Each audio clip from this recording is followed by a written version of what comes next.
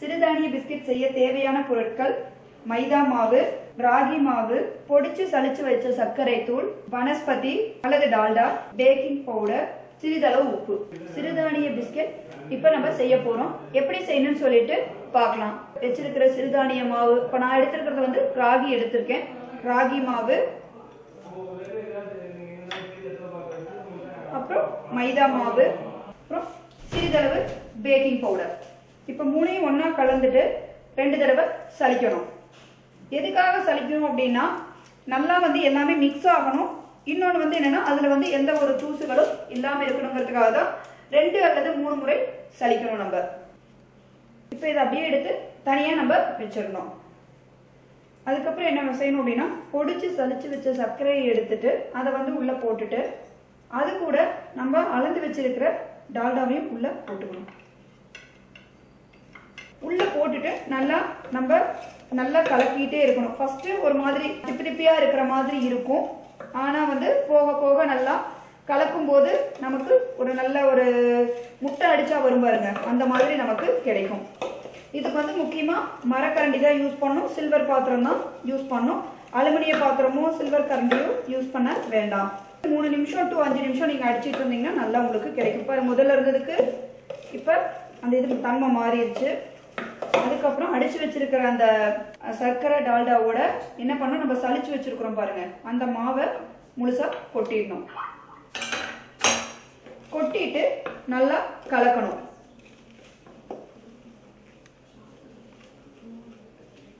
என்னாகும் அப்படின்னா மாவும் டால்டா கலவையும் நல்லா சேர்ந்து நமக்கு சப்பாத்தி மாவு பதத்துக்கு கிடைக்கிற வரைக்கும் நம்ம கலக்கலாம்.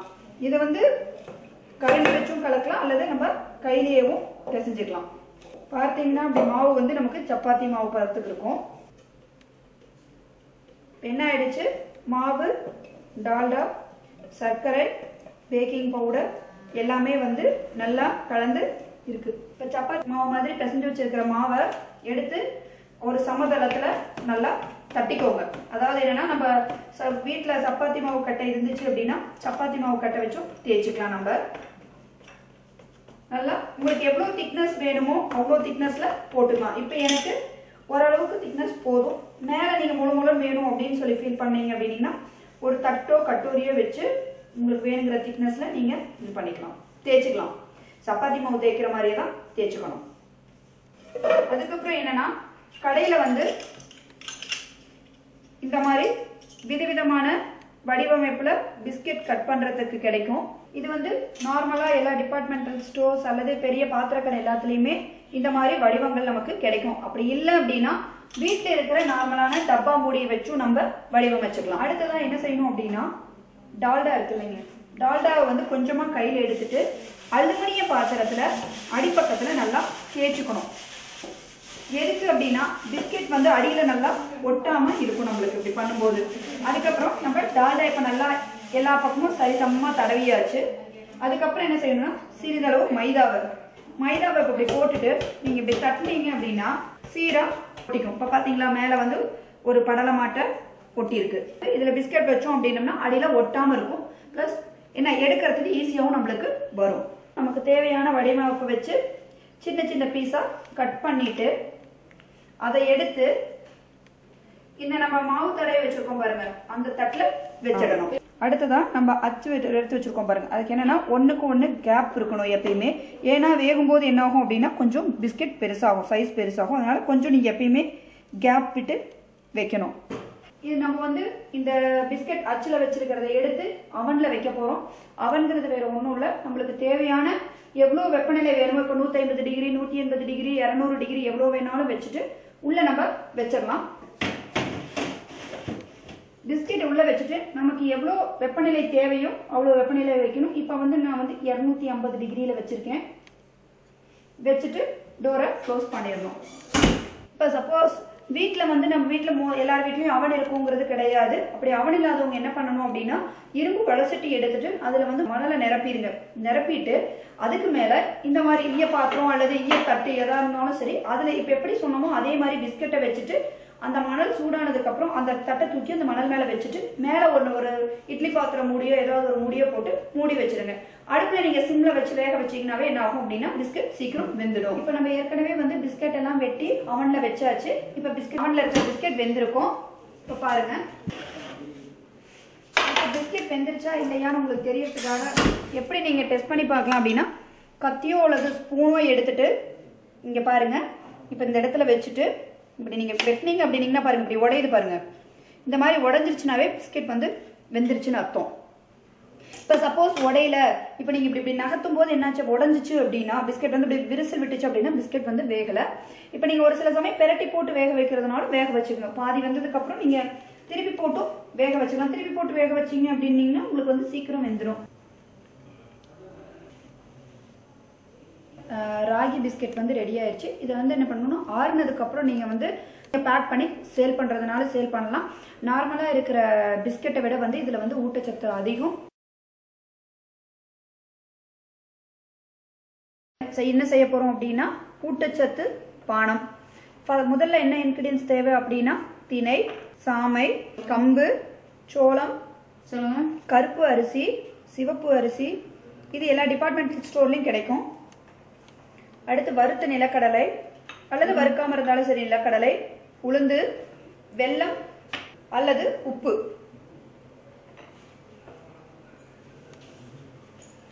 அதுக்கு மேல கடாயை வச்சுட்டு ஃபர்ஸ்ட் திணை அரிசி.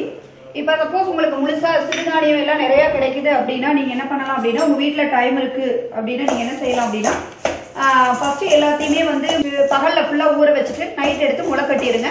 முளை கட்டினதை எடுத்து வெயில்ல காய வச்சுட்டு இப்ப நம்ம என்ன பண்ண போறோமோ அதே மாதிரி வறுத்துட்டு நீங்க உடைச்சிட்டு செய்யலாம். நம்ம இந்த திணை அரிசியை வறுத்துட்டு இருக்கோம். பொன்னிறமா வந்ததையும் நம்ம எடுத்துடலாம். திணை வறுத்தாச்சு. அதை வந்து ஒரு தனியான பாத்திரத்துல போட்டு வச்சுட்டு அடுத்து இதே மாதிரி ஒன்றா போட்டு ஒவ்வொன்றா நல்லா வறுத்துக்கணும். இது நீங்க அப்படியே வறுத்து அரைக்கிறத விட முளைக்கட்டி செஞ்சீங்க அப்படின்னீங்கன்னா உடம்புல வந்து சத்துக்கள் உறிஞ்சுவது வந்து அதிகமா இருக்கும். இல்ல சத்துக்களோட தன்மையும் அதிகரிக்கும்.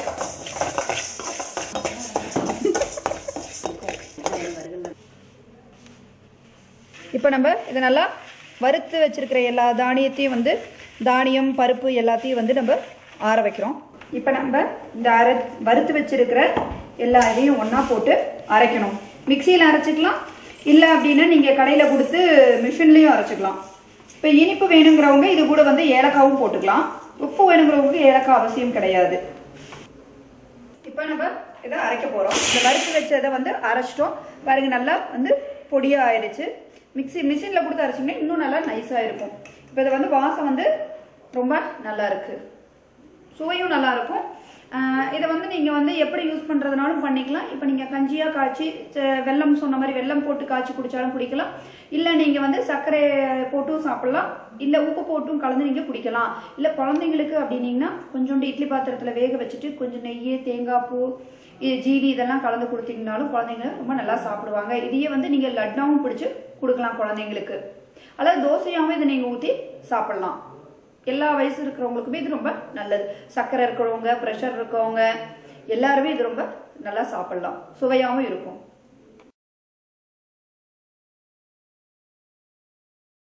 அவல் மிக்சர் வந்து எல்லாமே வந்து கடையில இருக்கிறது எல்லாமே கடலை மாவு போட்டு பண்றது. இது வந்து ஒன்றும் கிடையாது, உடம்புக்கு சத்து உள்ள அவல், சிவப்பு அவல். இதுல வந்து இரும்பு சத்து அதிகமா இருக்குது, உடம்புக்கு ரொம்ப நல்லது. முதல்ல தேவைப்படுறது என்னன்னா சிவப்பு அவல் அல்லது வெள்ளை அவல், உங்களுக்கு எது கிடைக்குதோ அந்த அவல். வறுத்த நிலக்கடலை, அடுத்தது பொட்டுக்கடலை, வரமிளகாய் தூள், அடுத்தது தூளுப்பு, அடுத்தது பொரிக்க தேவையான அளவு எண்ணெய். கடாய் காஞ்சதுக்கு அப்புறம் நம்ம இதுல தேவையான அளவு எண்ணெயை விட்டுக்கணும். அடுத்து எண்ணெய் காயிற வரைக்கும் நம்ம வெயிட் பண்ணணும். இப்போ வந்து நம்ம என்னன்னா அவல் மிக்சர் பார்க்க போறோம். இப்போ எண்ணெய் வந்து நல்லா சூடாயிடுச்சு. அதுக்கப்புறம் என்ன செய்யணும் அப்படின்னா நம்ம வச்சிருக்கிற இந்த சிவப்பு அவலை வந்து எண்ணெயில போட்டு பொரிச்சு எடுக்கணும். பாருங்க அப்படியே நல்லா பொரிஞ்சு வருது.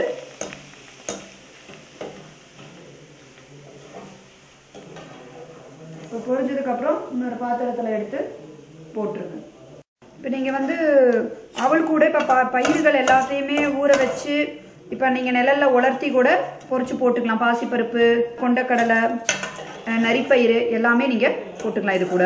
இது வந்து எளிமையாக சீக்கிரம் வீட்டில் செய்யக்கூடிய ஒரு ஸ்நாக்ஸ். இப்போ நார்மல் மிக்சர் அப்படின்னா மாவு பிசைஞ்சு புளிஞ்சு போட்டுட்டு இருக்கணும். ஆனால் இதில் வந்து அந்த மாதிரி அவசியமே கிடையாது. நீங்கள் 5 நிமிஷத்தில் இதை செஞ்சு முடிச்சிடலாம். எளிமையாக செய்யக்கூடியதும் கூட, சத்து மிகுதும் கூடாது. இப்போ என்னென்னா நம்ம பாருங்கள், அவளை வந்து இப்போ பொரிச்சு எடுத்தாச்சு. இது கூட வந்து நம்ம தேவையான அளவு நிலக்கடலை,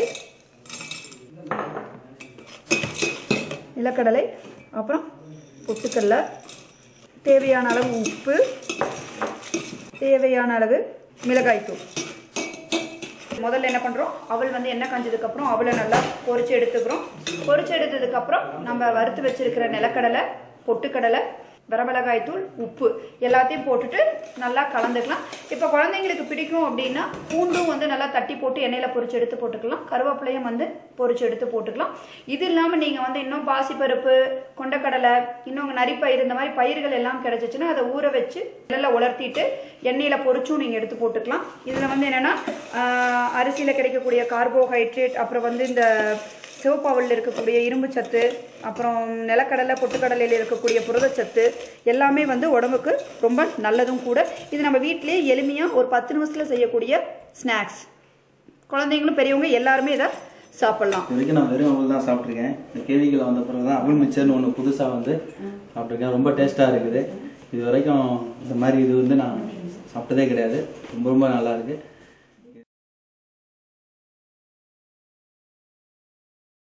கம்பு தோசை செய்ய தேவையான பொருட்கள்: கம்பு, உளுந்து, வெந்தயம், உப்பு. இப்போ நார்மலாக நம்ம தோசை அப்படின்னாவே அரிசி மாவு போட்டு தான் செய்வோம். அது வந்து சுகர் இருக்கவங்க, ப்ரெஷர் இருக்கவங்க நார்மலாக அது எல்லாருக்குமே ரொம்ப சாப்பிடக்கூடாதுன்னு சொல்கிறாங்க இப்போ இருக்கிற முறையில். ஆனால் அதே வந்து கம்பு தோசை, சோள தோசை எல்லாத்துக்கும் செய்முறை ஒன்றே தான். நீங்கள் அரிசிக்கு பதில் கம்பு அல்லது சோளம் எடுத்தீங்க அப்படின்னீங்கன்னா எவ்வளோ உளுந்து வெந்தயம் போடுவீங்களோ அதே அளவு இந்த கம்பு தோசைக்கு நீங்கள் போட்டுக்கலாம். வேற எதுவுமே கிடையாது. நார்மல் அரிசி மாவு தோசை எப்படி செய்கிறீங்களோ அதே முறை தான் இந்த கம்பு தோசை செய்கிறது. இப்போ இனிமேல் எப்படி செய்யலாம்னு சொல்லிட்டு அதை பற்றி பார்க்கலாம். கம்பையை தனியாக ஊற வச்சுக்கணும். அடுத்து வந்து உளுந்து வெந்தயம் கலந்து தனியாக நம்ம ஊற வச்சுக்கணும். இது வந்து அரிசி மாவுக்கு என்னென்ன அளவு போடுறோமோ அதே அளவு தான். நீங்கள் அரிசி எவ்வளோ நேரம் ஊற வைக்கிறீங்களே அதே நேரம் இதையும் ஊற வச்சிங்கன்னா போதும். அதே மாதிரி உளுந்தும் வெந்தயமும் அதே மாதிரி தான் தனியாக அரைச்சி எடுத்து, உளுந்தும் வெந்தயமும் தனியாக அரைச்சி எடுத்து வச்சுட்டு அடுத்து கம்பை தனியாக அரைச்சி எடுத்து வச்சு ரெண்டையும் ஒன்றா மிக்ஸ் பண்ணிக்கணும். மிக்ஸ் பண்ணிவிட்டு நம்ம அரிசி மாவு கரைக்கிற மாதிரி உப்பு போட்டு நல்லா கரைச்சி எடுத்து ஒரு 2 மணி நேரம் விட்டுருங்க. அதுக்கப்புறம் நம்ம தோசைகளாக வார்த்தோம் அப்படின்னோம்னா நல்லா மொறுமொறுன்னு கம்பு தோசை ரெடி ஆகிடும். கம்பு தோசை மாவு வந்து நம்ம காலையிலேயே அரைச்சி வச்சுருவோம். இப்போ நைட்டுக்கு தேவையானப்போ என்ன பண்ணணும் அப்படின்னா மாவு எடுத்து நம்ம நார்மல் தோசை எப்படி வார்க்கிறோமோ அதே மாதிரி வார்த்து நம்ம தோசையாக சாப்பிடலாம். இதுக்கு வந்து காம்பினேஷன் அப்படின்னு பார்த்தீங்க அப்படின்னீங்கன்னா தக்காளி சட்னி, தேங்காய் சட்னி, புதினா சட்னி எது வேணாலும் நம்ம சாப்பிட்டுக்கலாம். இது வந்து எல்லா வயதினரும் எல்லா பேஷண்ட்ஸுமே இதை சாப்பிடலாம். முக்கால்வாசி என்ன கம்பு வந்து நம்ம சாப்பாடு செஞ்சோம்னா முக்கால்வாசி குழந்தைங்க சாப்பிட மாட்டாங்க. இன்னொன்று வந்து அது என்ன எப்படி செய்யறதுன்னு ஒரு சிலருக்கு தெரியவும் தெரியாது. இது வந்து ரொம்ப ஈஸியானது. மிக்சிலேயே அரைச்சிக்கலாம். நீங்கள் வந்து கிரைண்டரில் போடணுங்கிறதுல எல்லாம் வேண்டியதில் மிக்சிலேயே நீங்கள் அரைச்சி நீங்கள் சமைச்சிக்கலாம். இப்போ பார்த்தீங்கன்னா உங்களுக்கே தெரியும் எவ்வளோ எளிமையான கம்பு தோசை ரெடி.